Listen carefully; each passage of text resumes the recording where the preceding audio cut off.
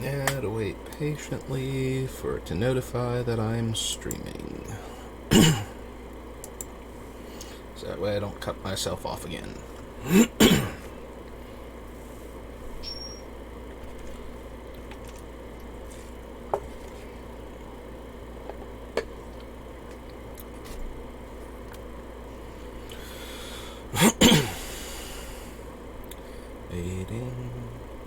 Waiting patiently for OBS to tell me that I'm live.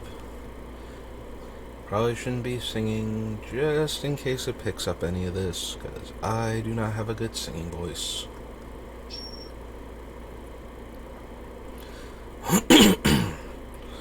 Little phlegmy, because I just ate lunch, and that always seems to get the throat a little raspy and such. Come on, OBS. Oh, there we go. Saber is now live. Streaming Magic the Gathering, building Beamtown Bullies, Part 5. So, when last we left off, we had just finished core set 2020, which was, I believe, the Elemental set, where the 4-color Omnath comes from. And now we are in 2021, which is the dog and cat themed one. So, let's see. Alchemist Gift gives Death Touch or Lifelink. Now, if we were going to do the Death Touch cards for like mid-combat shenanigans, we'd want the ones that draw us a card when we do it. So, birds, cats, dogs, goats, oxes, and snakes. None of those are particularly prominent in our deck, so we do have a fair amount of demons, but I don't think devoting space to Archfiend's Vessel... Oh, no, wait, I'm thinking of the Shadowborn Cleric. Archfiend's Vessel is even... when it enters the battlefield, if it entered from your graveyard... Okay, so giving it to opponents won't give them a 5/5 demon if we wanted to do that for whatever reason, so that's not... has no interaction with our deck then. You draw 2 cards, everybody loses 2 life. Oh, and opponents discard 2 cards and everybody loses 2 life. Not worth the 6 mana. Ooh, excuse me. Battle Rattle Shaman, Blood Glutton. Haste, attacks other creatures you control, get +1 power. Menace, enters the battlefield. Target creature gets +4 power until end of turn. Whenever Taunter deals damage, is dealt damage, it deals that much damage to target opponent, and pay 4 to make it fight. Whenever you draw a card, it gets +2/+2 until end of turn. Meh. Opponent loses 2 life, activates this ability only if a creature died this turn. Just kind of skipped over Burn Bright. Yeah, so Burn Bright is the slightly, air quotes, fixed version of the other effects that give creatures... There are a bunch of effects that give attacking creatures +2/+0, and people would misplay those by trying to use it on blocks to give their blockers enough power to kill creatures. And that effect, we're not goading as much. We goad our one creature every turn. I keep saying that because we come across the goad cards and it's like, we're not really a goad deck. We're just goading the one creature we're giving out, but we care more that we're giving out the creature and making them attack other people than we want to make all of their other stuff attack other people. But these type of effects, when you're goading all of your opponent's creatures, the ones that do it to attacking creatures instead get a lot more value. You know, you force somebody to attack everybody else, and then you give all their creatures an extra 2 power, and they kill a bunch of your opponents, and now your head's up, and you just have to figure out how to beat the last opponent whose creatures are all tapped out. Ideally, anyway.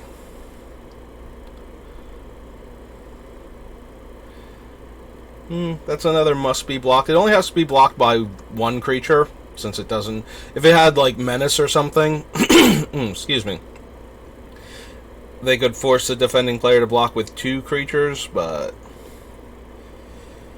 it gives out a little bit of life. But if the opponent just has like anything large, like a 5/5, it just gets eaten by that without doing much else. It gives the opponent that we give it to an extra life or 2, depending on if other things died that turn. But gets +X/+0, where X is the greatest power among creature cards in your graveyard, and it mills you 4.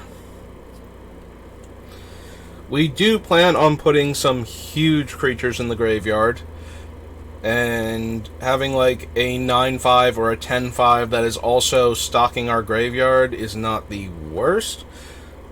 We'll probably get better options, but we have to add some things to the list, otherwise we'll be left with like 40 cards that we know we want to play, and then we'll be wondering where is all of our utility cards that help set up things, and we didn't bother picking any of them because none of them sounded like they were going to be the absolute best one at the time.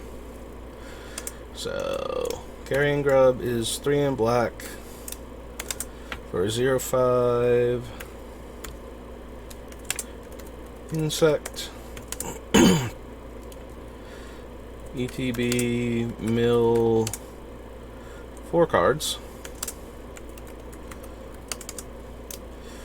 And this gets +X/+0 based on highest power in my graveyard. Okay.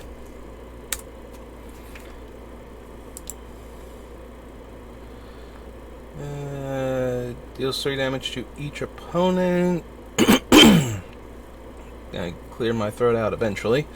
May cast target red instant or sorcery card from your graveyard, and then exile it.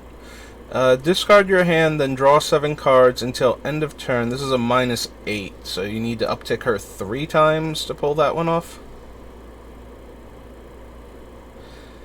Uptick her 3 times. Discard your hand until end of turn. You may cast spells from your hand without paying their mana costs. There are a few other Chandras that give you card advantage this way that don't have to hit their ultimate before you get to draw cards off of them. So we might look for those instead. Discard your hand, then exile the top 3 cards of your library. Until end of turn, you may play the cards exiled this way. Gives you the card advantage, but does force you to cast, and isn't putting the unused cards in the graveyard, so not going to use that one. Deals 2 damage to any target, and search your graveyard library for any number of red instants and sorceries, exile them, and then you may cast them, add 6 red. Firemaw enters the battlefield. You may search your library and or graveyard for a card. Oh, it's the one that searches for the Flames Catalyst Chandra, which is the one that ultimates to wheel. Incinerator.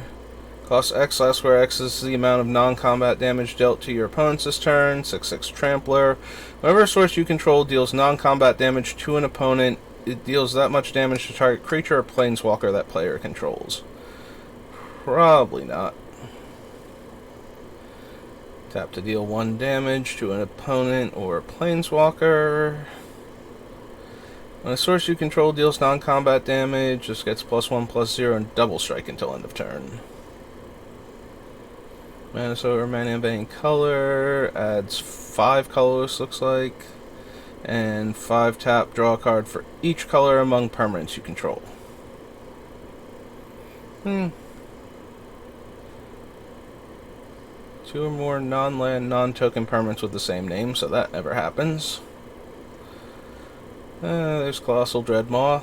I think this was the last time where he showed up, but for a while he was in like so many things randomly. Because he got printed in like 2 of the... Did he get printed in both Ixalan sets? I almost feel like he did, like he was still a common in the other one, just to give you access to Colossal Dreadmaw across 3 packs, and then he was in this core set, and he was in something else too, as like just there to be the big dumb green creature.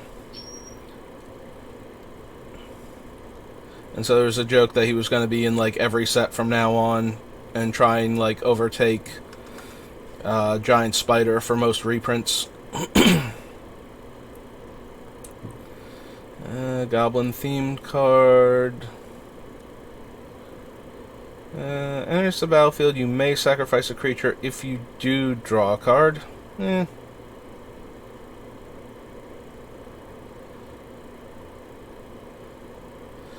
can also discard a creature card. The biggest problem is if we give this out, opponents will thank us kindly, sacrifice the creature we just gave them, and draw a card. And nothing else will happen.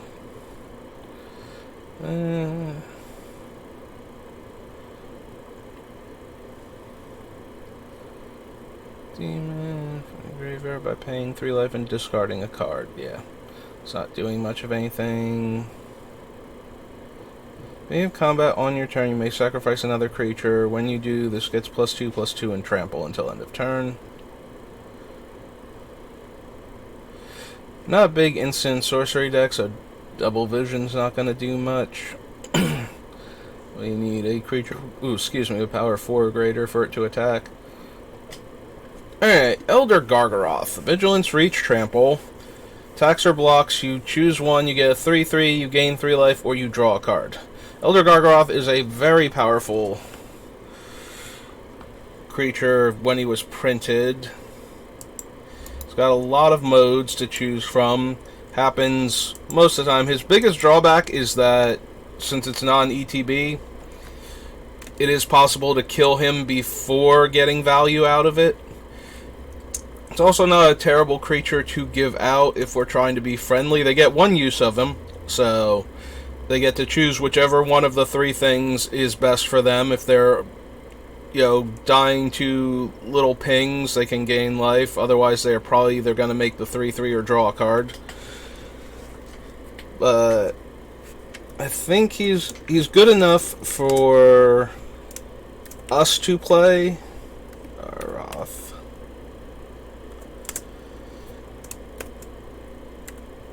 And then just reasonable enough for us to give him away occasionally. 6/6 Beast. Vigilance. Reach. Trample. When this attacks or blocks, choose one. Gain 3. Draw 1, or make a 3/3. These are beasts, right? Beast token. Okay. Yeah, I think he's kind of at the top end of friendly things we want to give away. Like, he's big enough, though, that if we give him away, he's likely to actually do some damage to the other player that's being attacked at the time. So we have that going for us. Just grab a little drink there.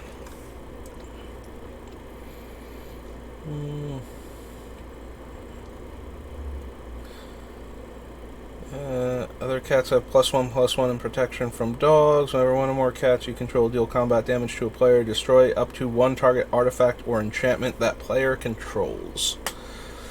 Yeah, we don't have a lot of cats, though, is the thing. Like, we can give this out, and then when it's forced to attack, if it deals combat damage, they can destroy that player's artifact or enchantment. So that's okay. But I think we can do better. There's Empath reprint. Yeah, we have to control the source for it to deal triple damage to our opponents, so that's not going to quite work here. There's the battlefield tapped. It's terrible for what we're doing, even if he wasn't just terrible in general. Permanent from your graveyard to your hand. If a creature died this turn, make 2 saprolings. Beginning of your end step, if you control a creature with power 4 or greater, exile the top card of your library. We will always have a 4-power creature as long as the bullies are around, but we don't want to cast our stuff. So that continues the trend of Gaining card advantage in ways that we don't want to do that so many modern Magic sets have. Can't attack unless you control 4 more artifacts. The beginning of your end step, beginning of our end step, so stealing the stuff and killing it. First of all, we normally steal at the beginning of the end step anyway, half the time with if it's Saurion versus Homeward Path. And then it's only our end step, so our creatures are dying on opponents' turns anyway. Top card of your library. If it's a creature card, put it in your hand. Otherwise, put it on the bottom of your library. Target creature you control deals damage equal to its power to another target creature. Since there are some things that let you punch planeswalkers nowadays. Until end of turn, creatures you control gain. You may have this creature deal combat damage as though it weren't blocked. Up to one target creature gets +3/+3 and trample. Create a 3/3 beast token. Then if an opponent controls more creatures than you do, add loyalty to Garrick. And you get an emblem with, at the beginning of your end step, you may search your library for a creature card, put it onto the battlefield, and shuffle your library. Yeah, none of those are particularly good for us. 7/3 with no trample. Deals combat damage to a player, planeswalker. Look at that many cards on the top of your library. You may reveal a creature or Garrick. From among them, put it in your hand, put the rest on the bottom. You control a creature with power 4 or greater, draw a card. Creatures you control have trample. Whenever a creature with power 4 or greater enters the battlefield under your control, draw a card. This is going to be the one that gets him, right? Enters the battlefield, search for that Garrick. Okay. Whoever Gloomstar becomes blocked by a creature, that creature's controller loses 2 life and you gain 2 life. I mean, it's very likely to get chump blocked when we give it out, which means that the defending player is going to go down 2 and the person that we give it to is gaining 2. It's still not... It's not super impressive. It's probably going to get cut. It's also another, like, 7 drop. We have so many of those. 5, black. 8/6 horror.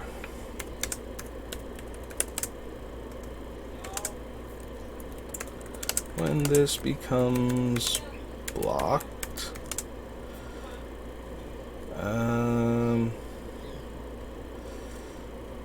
it is notably by a creature. It's very rare for a creature to become blocked without being blocked by a creature. There's like, I want to say 2 or 3 effects that can do that.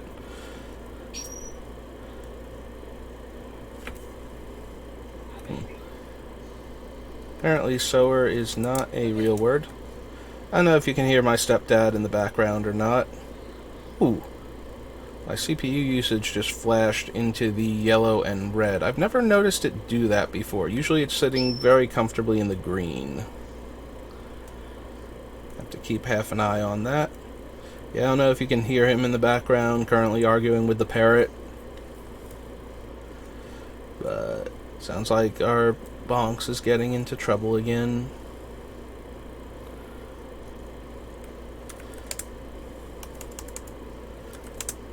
Defender loses 2 life, and I gain 2.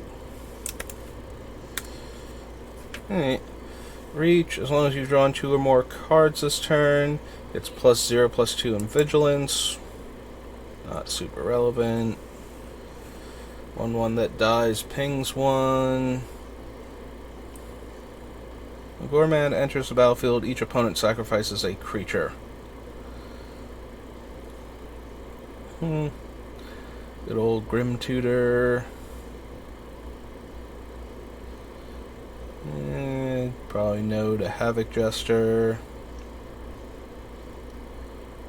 Target creature or planeswalker.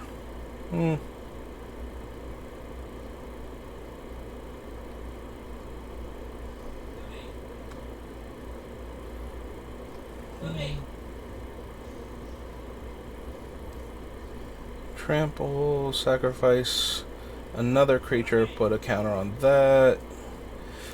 Whenever a creature you control with Death Touch attacks, each opponent loses 1 life and you gain 1 life. Whenever a creature you control with Death Touch deals Death Touch deals damage to a planeswalker, destroy that planeswalker.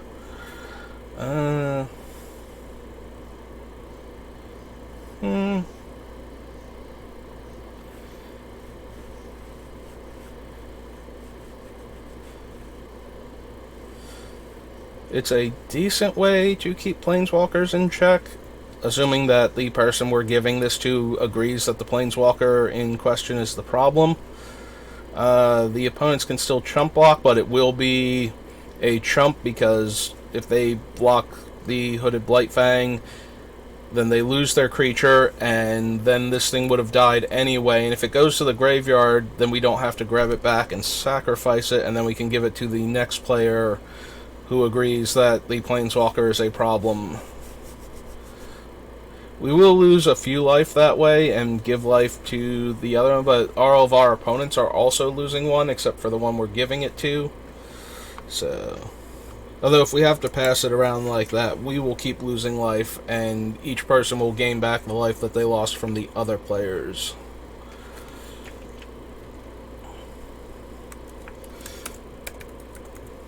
Yeah, we'll add them to the list. It's 2 black, 1 for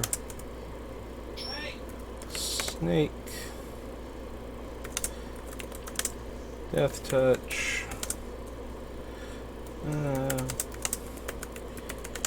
I control with Death Touch, attacks. Each OP loses 1 and I gain 1. When a Death Touch creature I control damages a planeswalker, destroy that planeswalker. Okay. Igneous Curse. Invigorating Surge. See, Bonks is getting attention now, so he's going to keep misbehaving because he keeps getting yelled at. So now my mom has noticed him misbehaving.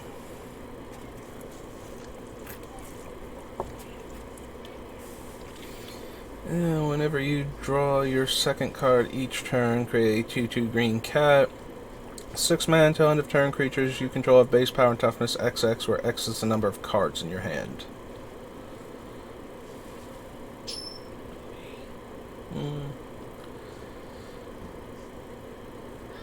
Whenever you activate a loyalty ability of a Chandra Planeswalker, this deals 1 damage to each opponent. Powers equal to the number of instants and sorceries in your graveyard. So this is a guy that he comes into play, you can discard 2 and draw 2, but he wants you to fill your graveyard with instants and sorceries to power him up. And we're not going to have enough of those to care.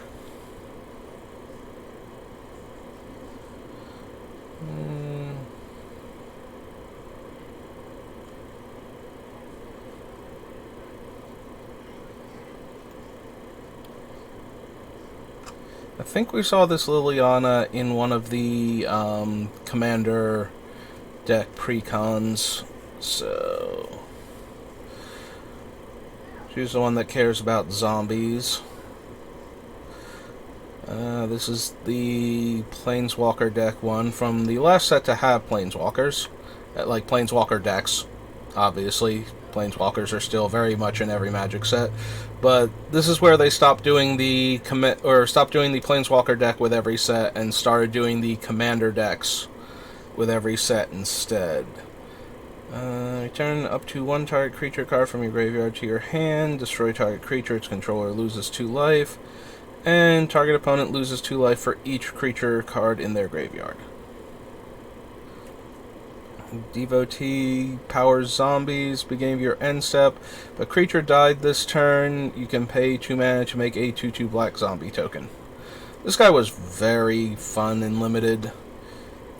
Anytime you can get an advantage from creatures dying, since almost all limited games involve creatures getting into combat at some point in time, if you make another creature every time something dies, like, even if it's once on your turn, you will eventually win that race unless the opponent can just completely overwhelm you. Or they can kill this guy. But anytime you have a card that's that much of a must-kill, I mean, it's no Morbid Opportunist. Morbid Opportunist is probably my favorite example of a card like that. Scorn is destroy a creature, then you can search your deck for Liliana. Beginning of your end step, if a creature died this turn, put a loyalty counter on a Liliana Planeswalker. Flash enters the battlefield, draw X cards, where X is the number of creatures that died under your control this turn. Discards a card, activate only anytime you could activate a sorcery. Draw a card and taps for green.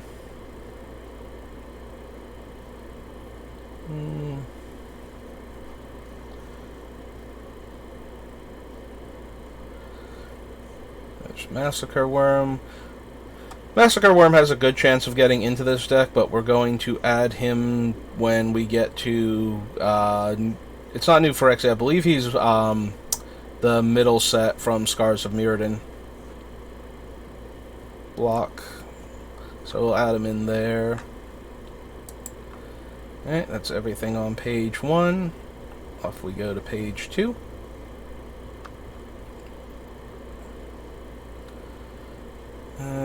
Choose a card name other than a basic land. Search opponent's graveyard, hand, and library for any number of cards. Exile them. That player shuffles their library, then creates a 2/2 zombie token for each one that got taken from their hand. Nope. 2/2 Death Touch. Attacks if you control a creature, power 4 or greater. It's a 4/4 Death Touch. Yeah. They draw half their deck and lose half their life. This one's way better in something like Mogus, where you're punishing players for drawing cards. My Mogus deck, so think Nekusara style decks. This one-shot's basically one player out of the game entirely. And deals 3 damage to any target. Sack a creature with Defender to draw a card. It's +2/+2 as long as you control Garrick. Gives creatures with counters trample. Choose legendary. On your turn, she has First Strike. Look at the top card of your library. You can play lands off of the top, and 6 mana she gets +X/+X based on the number of lands you control.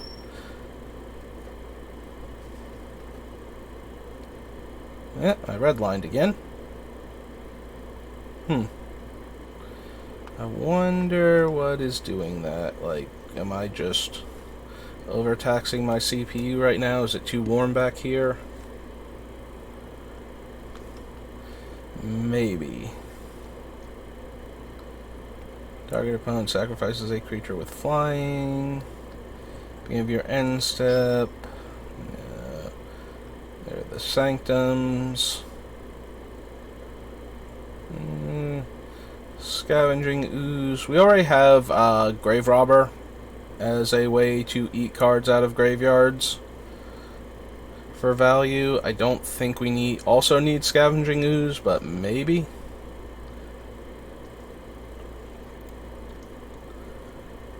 Silver Smoke Ghoul.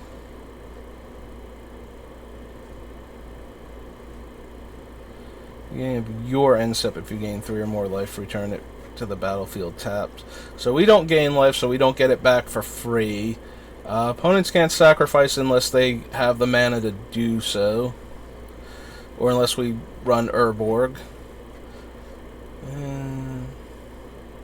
Snare Spinner, Sad Robot, Spark Hunter Masticore, makes you discard a card, Pro Planeswalkers, deal damage to a Planeswalker, gains Indestructible. Nah, probably not. Right, it's an additional cost to cast, so we're not forcing opponents to discard cards when we give it to them. Each opponent loses 1 life and you gain 1 life. No.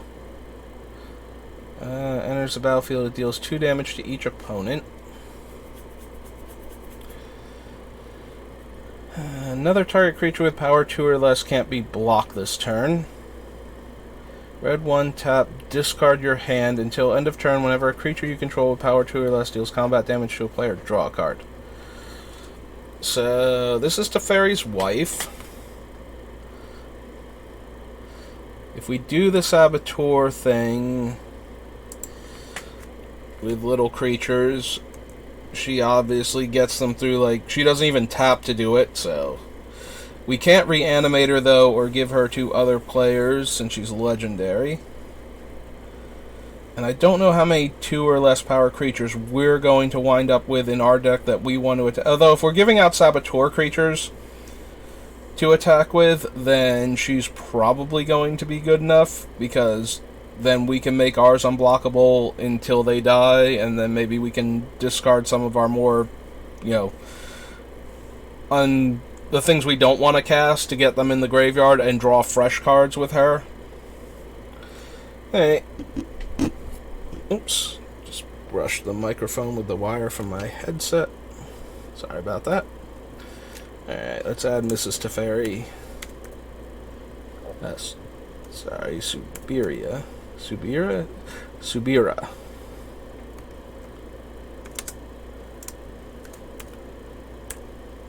ZD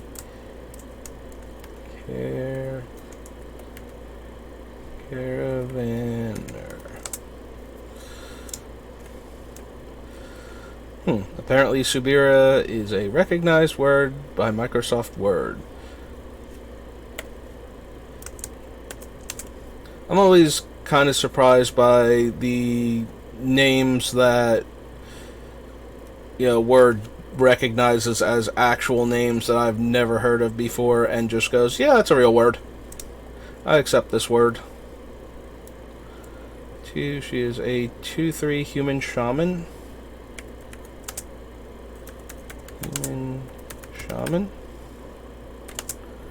She has haste. 1. Make a creature with power. Patty Jeff? Yeah, 1 second.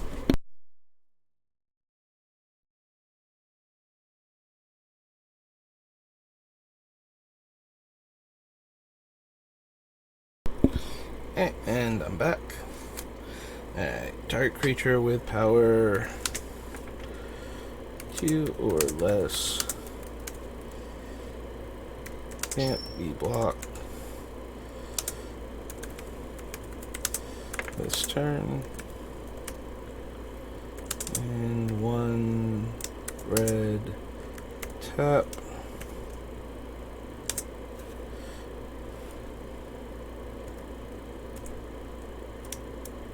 And, hang on.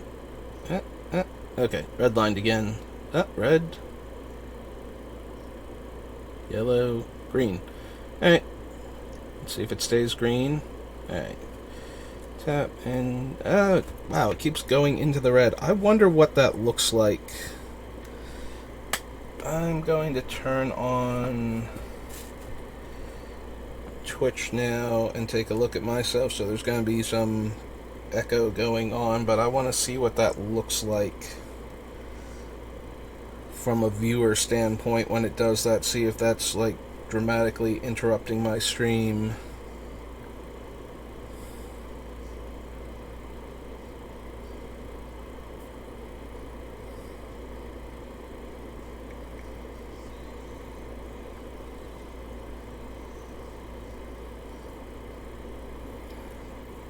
So we're just going to go over here to Twitch real quick. Look up my stream.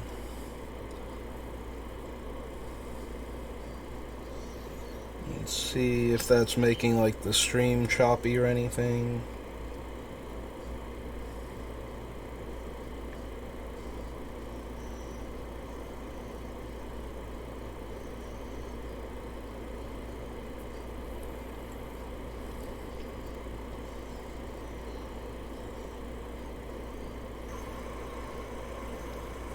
Okay, so I can see my stream now. So we're going to go back to... Okay, so I can see my stream now. Typing. We're going to get that reverb, though. It's going to keep looping everything that I say as my microphone picks up this. Yep. Yeah.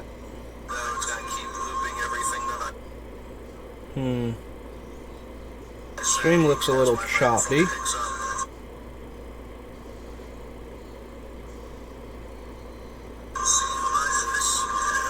Yeah.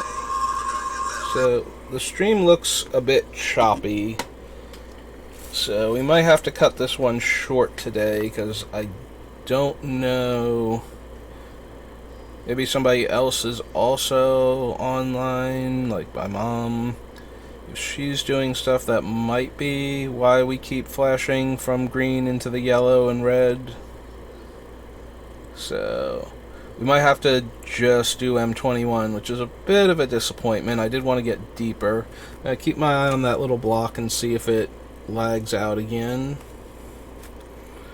Goes into the red. So red one and tap. Discard my hand.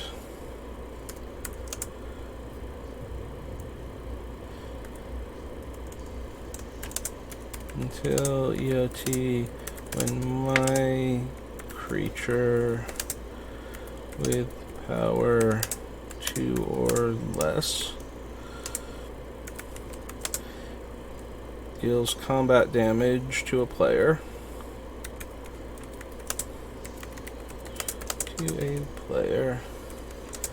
I draw 1. Okay. Alright, so that is Subira, Tavern Swindler, Temple of Epiphany, Malice, Silence, Triumph. Spells your opponents cast to target this cost an additional 3 life. Whenever another creature enters the battlefield under your control, it deals damage equal to its power to any target. Better when we want to keep our creatures and then give them out and force opponents to attack with them as just good creatures. Way worse since we're not casting any of the other giant guys. Unless we can win with that, you know, cast Leveler, deal 10 to our opponent as the last opponent in the game, win the game, then we don't have to worry about the fact that we exiled our deck.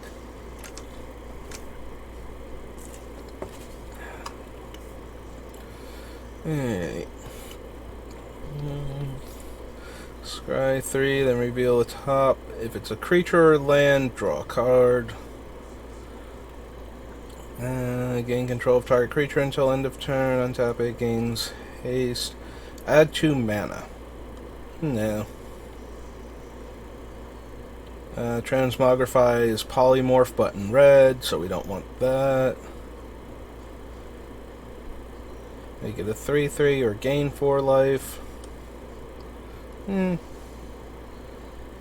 Deals 2 damage to each opponent. No. Beginning of your end step, if a creature died this turn, draw a card.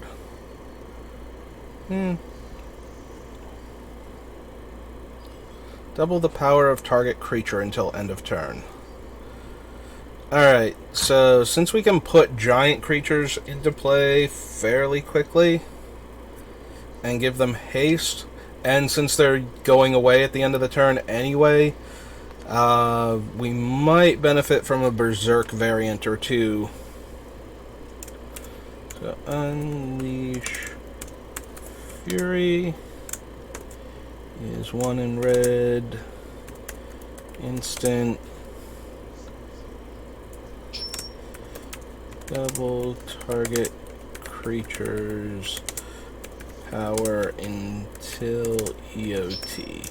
Doesn't give trample, notably, unlike the Temur Battle Rage, but Temur Battle Rage was turned all the different colors there for a hot second. So I hadn't noticed it changed color until right then, and then it like cycled through all of them. So that was a bit disappointing. I was kind of hoping if it had settled down a bit, we'd be able to get through more sets today. Warden of the Woods becomes a target of spell or ability opponent controls. You may draw 2 cards. Trample. It's a 0/0 base. Alright, so that is core set 2021. Alright, let's see if we can get through a little bit more. Now on Dark Ascension.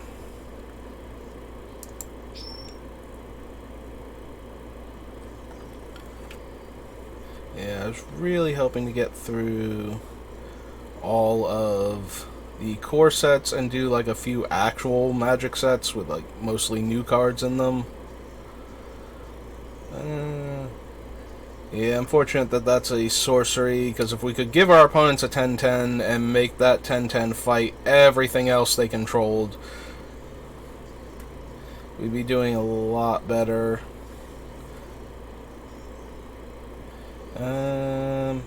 Hang on one second, because I hear music in the background, and the last thing I want to do as a new channel is get a DMCA, so I want to see if I can hear that. As a new channel is get a DMCA, so I want to see if I can hear that. As a new channel is get a DMCA. Hit my microphone.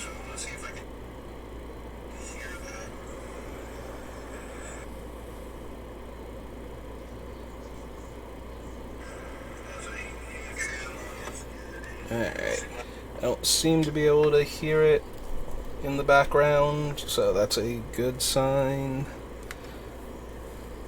Just want to check for that real quick. Like, I know the microphone is strong enough to pick up things in the hallway outside of the room. I don't know if it's strong enough to pick up background noise further out than that, but I did not want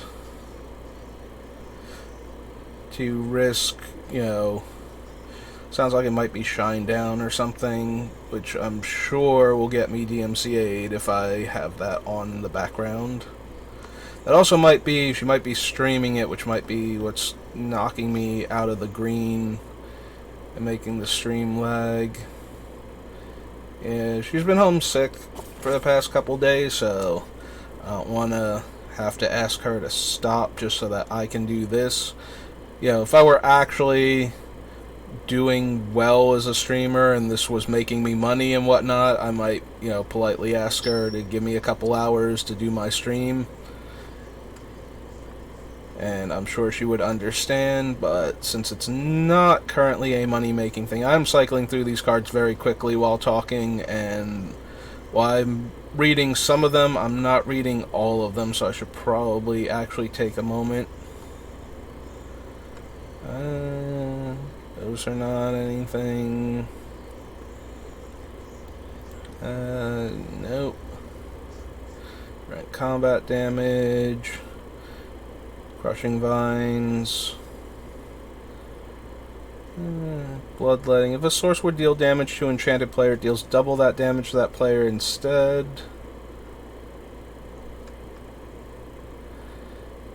I mean, if we really wanted to kill 2 opponents very quickly, giving one player that, and then on the other player's turn giving them the large trampling creature with a drawback, maybe?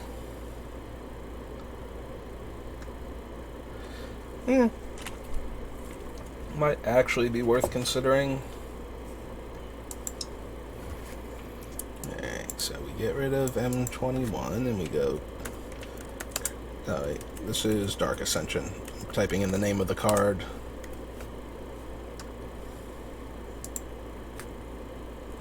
Silly Malignus, he has space there. Alright, so Curse of Bloodletting.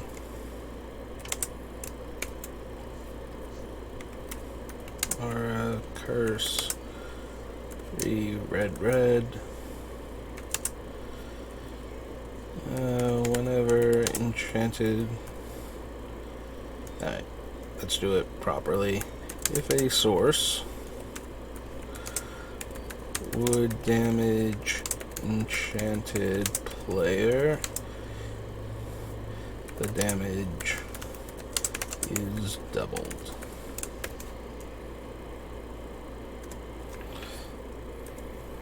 Alright, let's see if there's anything else.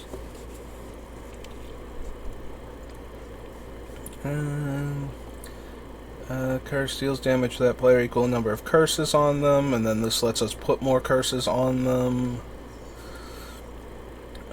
Search your library for a basic land.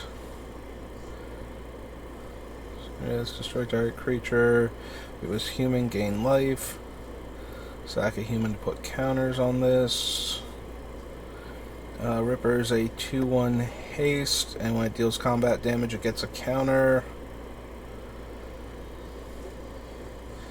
I think we can do better than Faithless Looting. While I'm okay with cards that make us discard multiple cards, I would prefer ones that put us up cards, and maybe like the treasure-making ones while we're at it. Although this does let us get 4 cards deeper into our deck and discard 4 cards to try and set up the graveyard. Whereas those cards only let us get like 1 or 2 cards into the graveyard at most from our hand.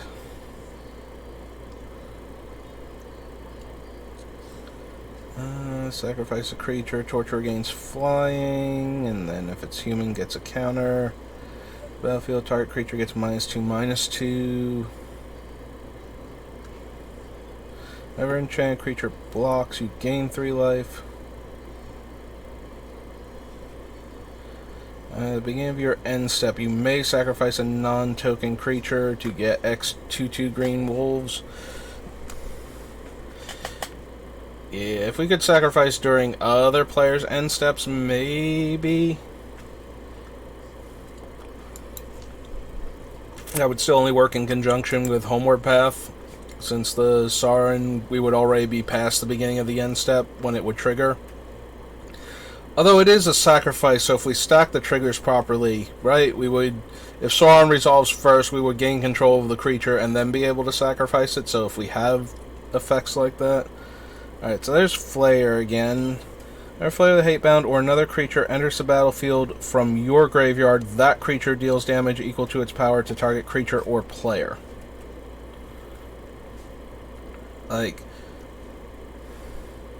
So the biggest problem with him is that he is not optional, and once we get to Heads Up, anything we give the opponent will have that ability to deal the damage.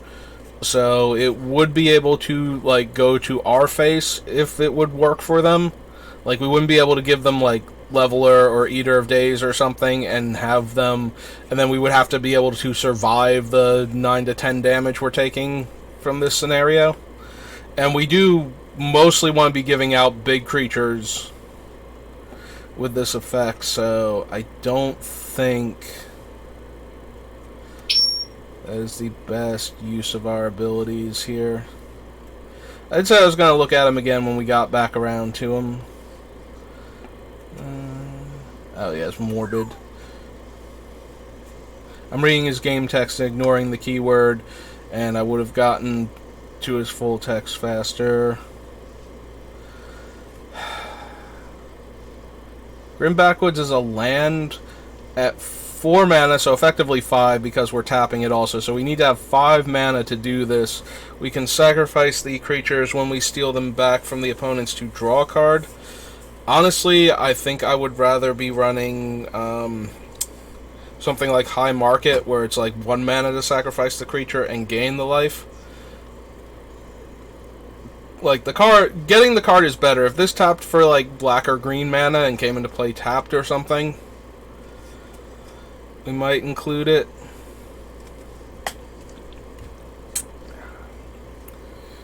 Creature card in your graveyard. We do want to put a lot of creatures in the graveyard if this were a little bit cheaper. Like, it's 6 mana and sorcery speed. I don't think we need it, since we can use like black for card drawing instead.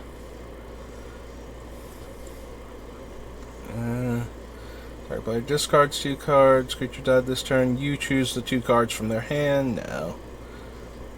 Target player draws 3 and loses 3. Fengraf. Target creature attacks this turn if able. Again, we're not controlling who they attack. We're not the Goad deck. So making their creatures have to attack means they're coming to attack us. Unless that's a terrible thing for them. But since we're not doing enough to discourage attacking us specifically at the moment, other than possibly having the biggest creature on board, put 3 counters on that creature instead. Master, Immerwolf, Ambition, Savagery, and Vengeance. Reach and Death Touch. Transforms into Lamball Elder, or yeah, transform Lamball Elder, and then she's Silver Fur on the back. Blade Master, Double Strike, deals combat damage to a player, put a +1/+1 counter on it. And it's a battlefield, up to 2 target creatures can't block this turn. Very good if we want, if the person we're giving it to wants to attack. Then again, this is another 6-drop, and it's only a 4/4. I feel like we have so many large creatures already.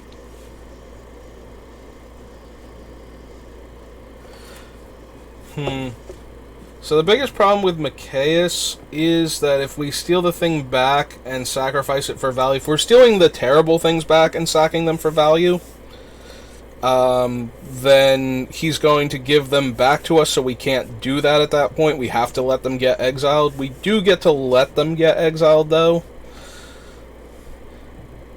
And if it's not Brooding Sauron, we don't even have to take it back first.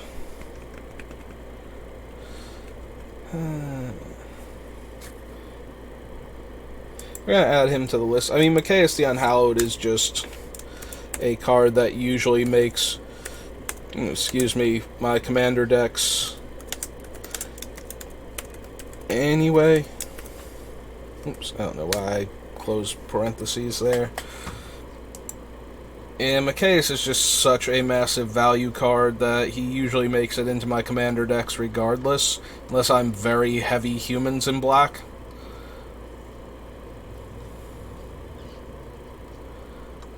For 1 Undying.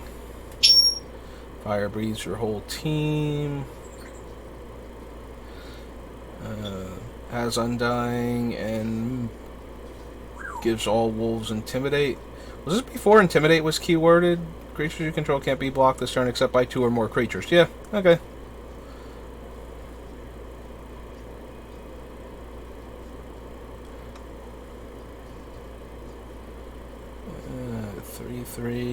Scorch the Fields, Sightless Ghoul,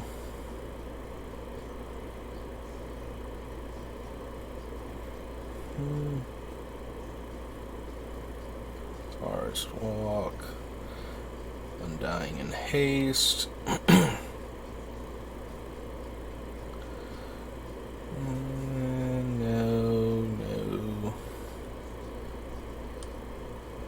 Yeah, none of these are particularly impressive. Flying and Undying, but on a 6-drop. Once you have 5 or less life, creatures you control have Vigilance. No.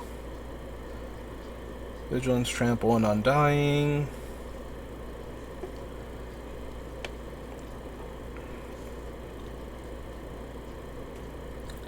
So it's a 5 mana, 5 power creature. If we give it to our opponents, grab it back, and sack it, it undies as a 6/5.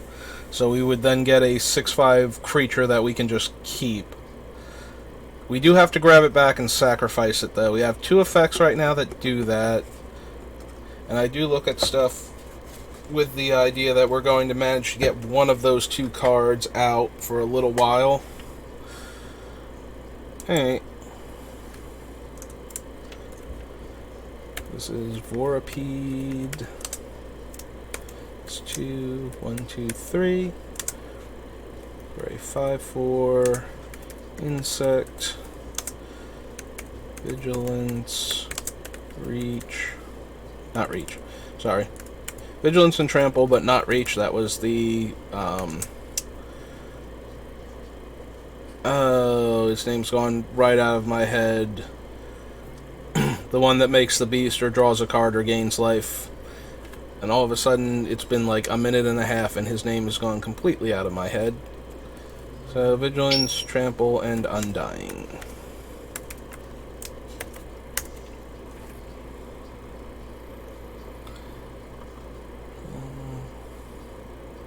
Zombie. Withengar, captive. Oh, Mox is getting into more trouble. And zombie apocalypse. Alright. Come back here, get rid of Dark Ascension.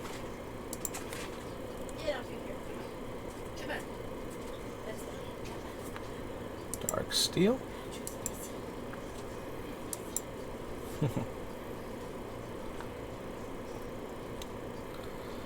Remove all counters from all permanents and remove all tokens from the game.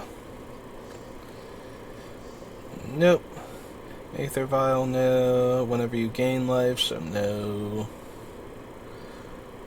Spyglass is sack a land to draw a card and put a charge counter on it, and remove 3 charge counters to draw an extra card. Modular 3. They have to die, right? When it's put into a graveyard from the battlefield, may put its +1/+1 counters on another target artifact creature. Technically, it doesn't have to go from the battlefield, but it has no counters in any other zone, so they probably updated the game text to be from play.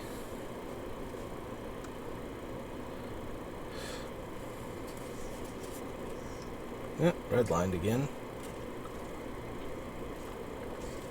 Yeah, when I notice it redlining, I'm going to stop talking. Like that. Give it a chance to catch back up.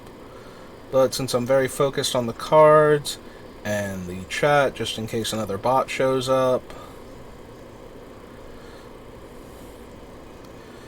can't, you know, I can notice this little green box at the bottom has changed colors, but it only lasts for a couple seconds anyway. Yeah, the Arcbound creatures, like, we can give them to our opponents, and then they will get the counters on their other artifact creatures if they can get this thing to die somehow. So that might be a nice thing to do for them, but it also is primarily a nice thing. Like, we're giving them this giant creature if we're giving them, like, Overseer or something, but they're not great creatures aside from, you know, Ravager. Like, Ravager and maybe the 1-mana 1/1, the Worker, are like the only two that saw any kind of play. There's the Worker. Because they are the only ones that are even remotely efficient about how they do this.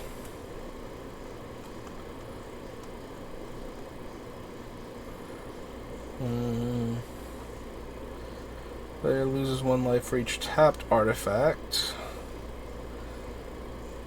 As an artifact, remove 3 charge counters. Trading Rats comes in play. Target opponent puts a card from his or her hand on top of their library. Tap, put a charge counter on target artifact, and sacrifice it to put 2.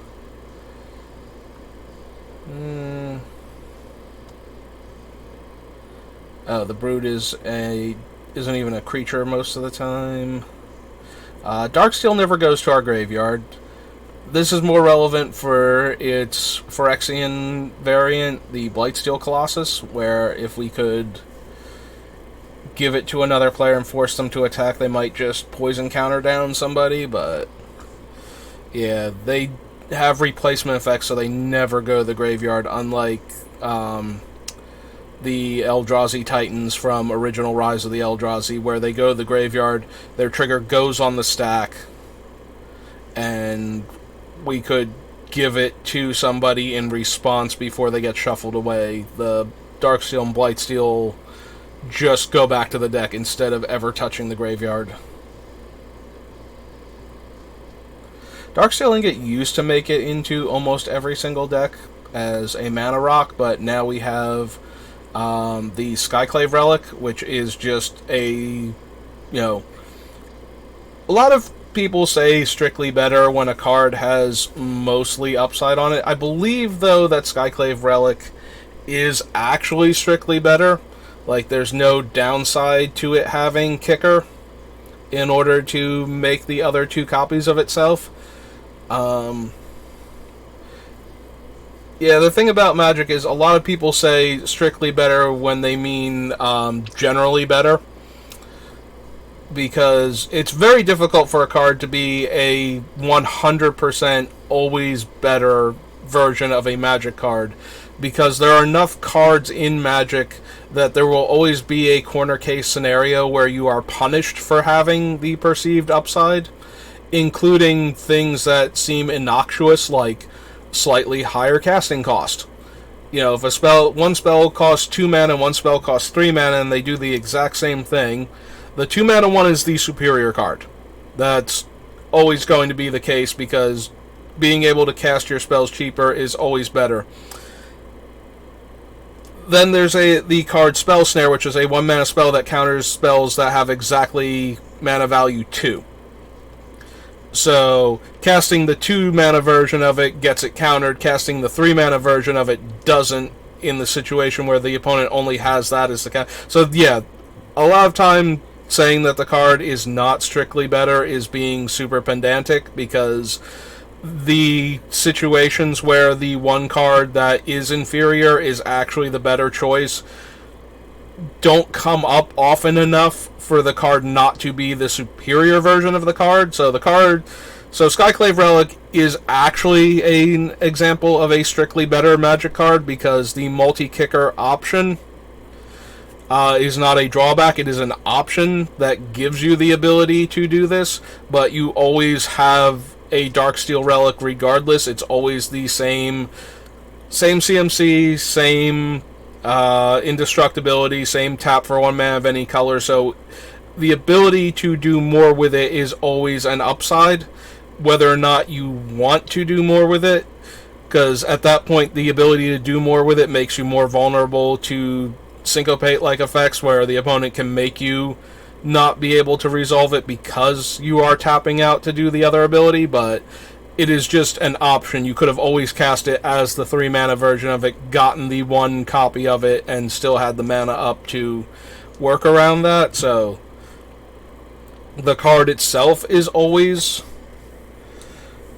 going to be the superior version. It's just a question of circumstances that you couldn't get yourself into with Darksteel Ingot versus circumstances that you wouldn't have gotten into with the other version of the card that's inferior because of what the opponent was doing, if that makes more sense. And quick drink. Oh, I'm almost out of soda.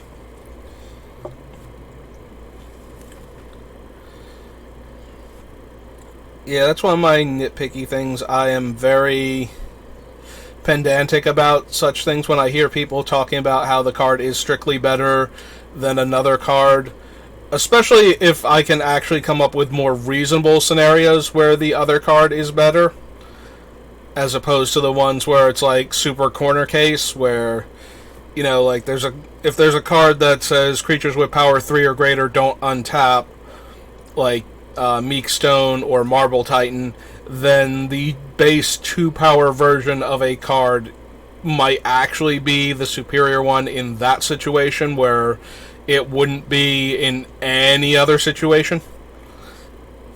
But that's being pedantic. Then there are cards that are actually just strictly better. They give you more options, but they don't stop you from just playing the card, the original version of the card, and they're not any more or less vulnerable than the original version. So Darksteel Ingot versus Skyclave Relic. Like, Skyclave gives you another option without changing anything else about Darksteel Ingot so that it would be more vulnerable to anything else, other than giving you the option to do it in a different way, where now you're not forced to play around a card you weren't going to be playing around anyway. If you had Darksteel Ingot and you just cast it for 3 mana and opponents looking at it, it's like, well, I got 2 mana left over and I can syncopate for 1, so I guess I let it resolve, versus kicking the Skyclave Relic and they're like, oh, well, now I can syncopate it and they can't pay for it, and I actually get to counter their spell and exile it and keep them off of 3 extra mana.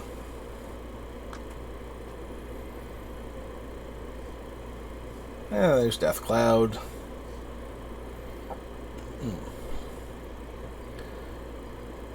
Yeah, it's probably not going to be anything. Also, it's another 7-drop. Whenever a player plays an artifact spell, that player gains control of the ogre. That one doesn't matter because it won't stick around. Oh, hey, there is actual Eater of Days. So there we go. There's our 4-mana, 9/8 Flying Trample. And when it comes into play, you skip your next 2 turns. So this is going to be one of the marquee cards for this particular deck. So we want Darksteel,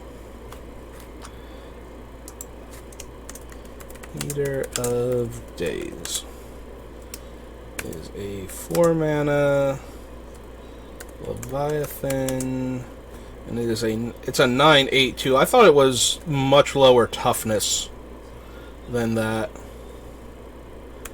Like, I genuinely thought it was like a 9/4 flyer. So it has Flample. And ETB, skip my next 2 turns. Let my thing go back to the green again. Gonna bump my mic with the wire again. Just doing all the fun things today.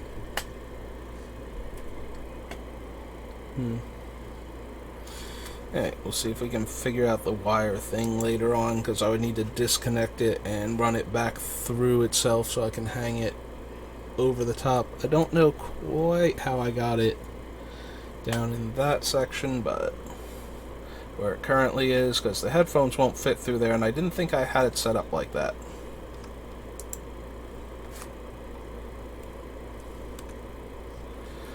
Anyway, there's Eater of Days, who is definitely going to be either version of the deck. We probably want Eater of Days because we want to give some bad creatures out, and Eater with the double Time Walk really gives you a lot of time to do stuff against the opponent. Also gives the other players at the table a chance, so in the more political deck, if you target the player that is like way ahead, you can punish them and give all of the other players a chance to gang up on them.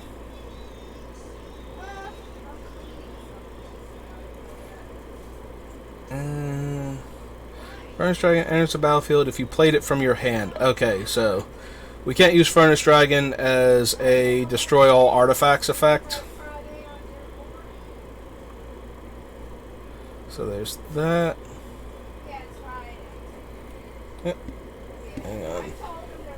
We're going to check this. Yeah, oops, wrong tablet. Sorry. I have my older tablet that I'm using for when I have to check things, and my newer tablet is primarily for gaming, actually. I use it to play Final Fantasy Dissidia Opera Omnia. Newer tablet is primarily for gaming, actually. I use it to play Final Fantasy Dissidia Opera Omnia. My tablet is primarily for gaming, actually. I use it to play Final Fantasy.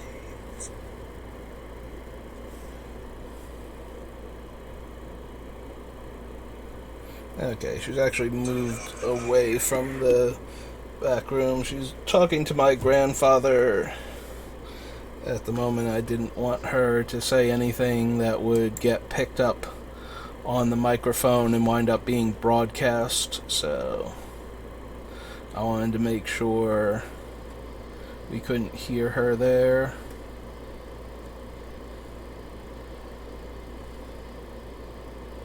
It's toughness, leading Gemini engine now. So they would put it into play tapped and attacking, so it could be attacking us with the token. Also, if there's no effect pumping Gemini engine, it's just a 3/4, so that's very unimpressive. Yeah, Goblin. Beginning of your upkeep, sacrifice a permanent. Whenever a Harvester deals combat damage to a player, that player sacrifices 2 permanents. I mean, that's a mean thing to give out, because that requires blocking or them being willing to sacrifice different things that they don't care about. Alright, we'll add it to the list. So this is Greater Harvester. Is 2 black, black, black. There's a 5/6. I'm sure it's a Phyrexian horror by now. Let's go check on him real quick. Oh no, he's still a horror. Huh, you would think... Oh, right. This is Darksteel, not Mirrored and Besieged, so this is just a horror from the Mephedros, or whatever the swamp area is called. Horror. Upkeep. Sack a perm. And this deals combat damage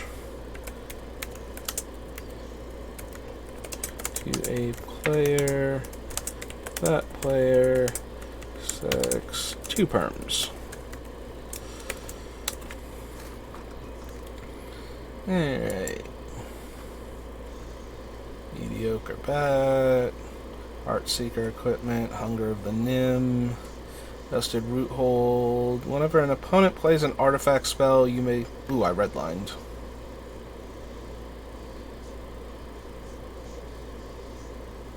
Yeah, I completely redlined there. And lasted for like 2 or 3 seconds before it started going back down into yellow and finally green. Good old Juggernaut. Like classic flavor. I was looking at Infested Roothold when that happened. It is a wall, so it can attack, and it just gives out insects if opponents play artifacts, so that's not ever going to be relevant. And comes into play with 5 counters on it. When an artifact comes into play, remove a counter from it. Alright, so that one's actually punished by artifacts. Emnarch is blue. +1 for each artifact you control. When it deals combat damage to a creature, destroy that creature. It can't be regenerated. Meh. Destroy target non-black creature. Can't be regenerated. If you gain control of all equipment that was attached to it. Top target land becomes an artifact.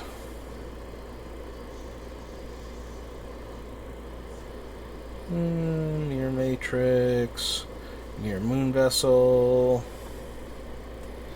Nemesis Mask, Nim Abomination. At the end of your turn, if Nim Abomination is untapped, you lose 3 life. Well, it will never be untapped. I guess we could give it to our opponent after combat, and then it would enter the battlefield untapped, and they wouldn't be able to tap it if they couldn't sacrifice it or something, or use it to pay a cost. And then they would lose 3 life just for having this thing. That seems like a lot of hoops to jump through, though. Also, we would have to let them keep it to lose 3 life, I believe, because the trigger... Oh, no, they would control the trigger on the stack. We would take it back, but they would still control the trigger. Alright, so that part still happens.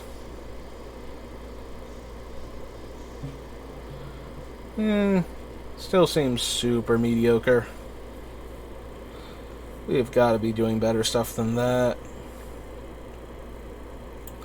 There are all the pulses. Razor Golem. Waiting for it to go back to the green. Destroy target land or search your library for a land and put it into play. So Reap and Sow is mildly interesting because it is one of the... It doesn't specify basic land, so we can use it to tutor for Homeward Path. So we might just add it to the list for that reason. Homeward Path is, like, middling important to what we are doing. Like, it makes our deck better. So I am willing to include a few cards that specifically search for it. Sorcery as Entwine, 1 in green. Search my deck for any land and put into play, or destroy target land. Okay.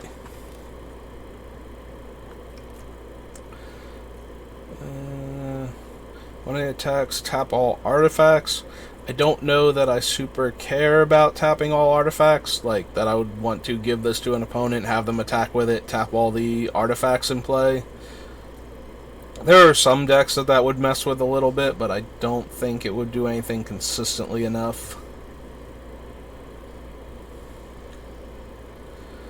Chooses an artifact card in their graveyard, put that card onto the battlefield under your control. No.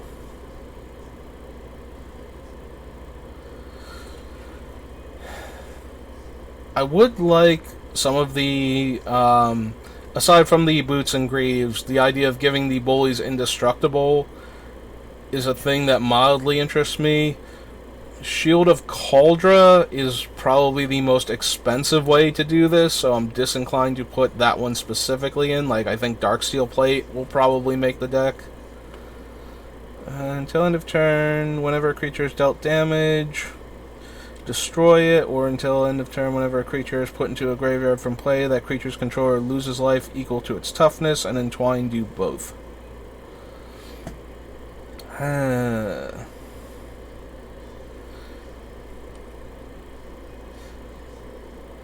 Yeah, that requires us to give the big things and then kill the big things while they're still controlled by the same player, or get them killed in combat.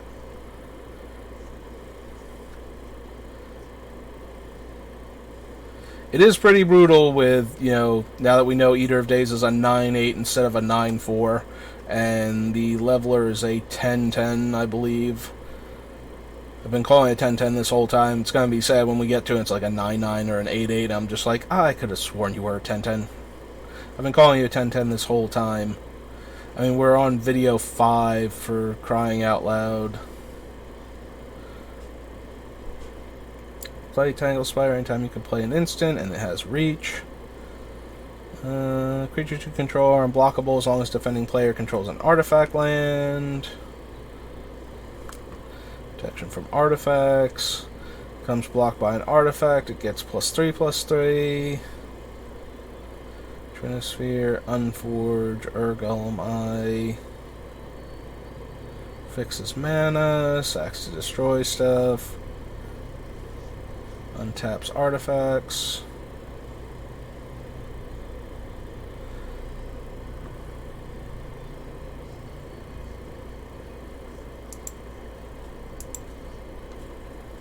Alright, so that was all of Darksteel. So we got one of the, like, marquee cards, I feel like, for this deck. So, Dark Ascension, Darksteel, Dissension now, so third Ravnica set. That was white, blue, green, blue, and Rakdos. So we're primarily... We're primarily going to see Rakdos cards here. Most of the green stuff is going to not be what we're looking for, because it's going to pair well with the green-blue strategy, which was Graft, and we're not a +1/+1 counters matter deck, so... Whenever a creature you control attacks, it gets +2/+0 until end of turn, and Anthem deals 1 damage to you, as long as you have no cards in your hand. If a source you control would deal damage to a creature or player... There we go. Back to green again. If a source you control would deal damage, it deals double that damage. Is it my voice? Is my voice the thing that it has to upload and it's just like, I don't want to now?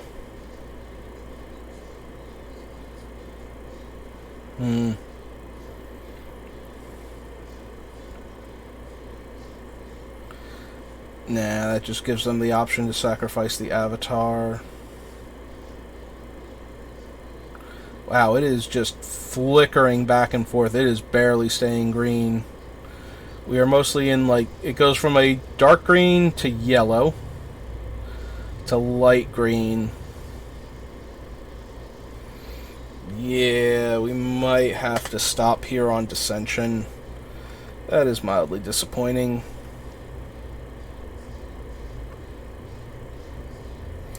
Alright, I'm sorry about that to those of you who are watching the VODs, but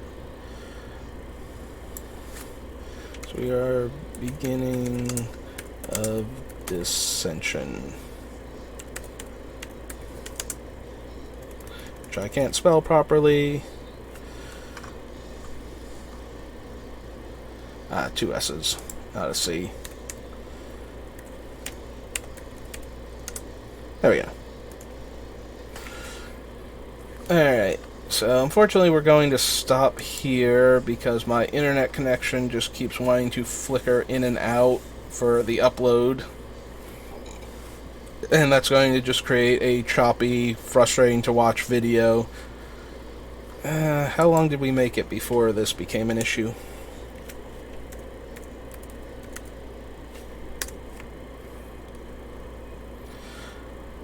We made it almost an hour and a half. I did want to do more today, and possibly tonight, depending on what I'm doing. I may try and come back. I don't know. And the computer won't even let me discuss this, so... Alright, so that's going to be it for today.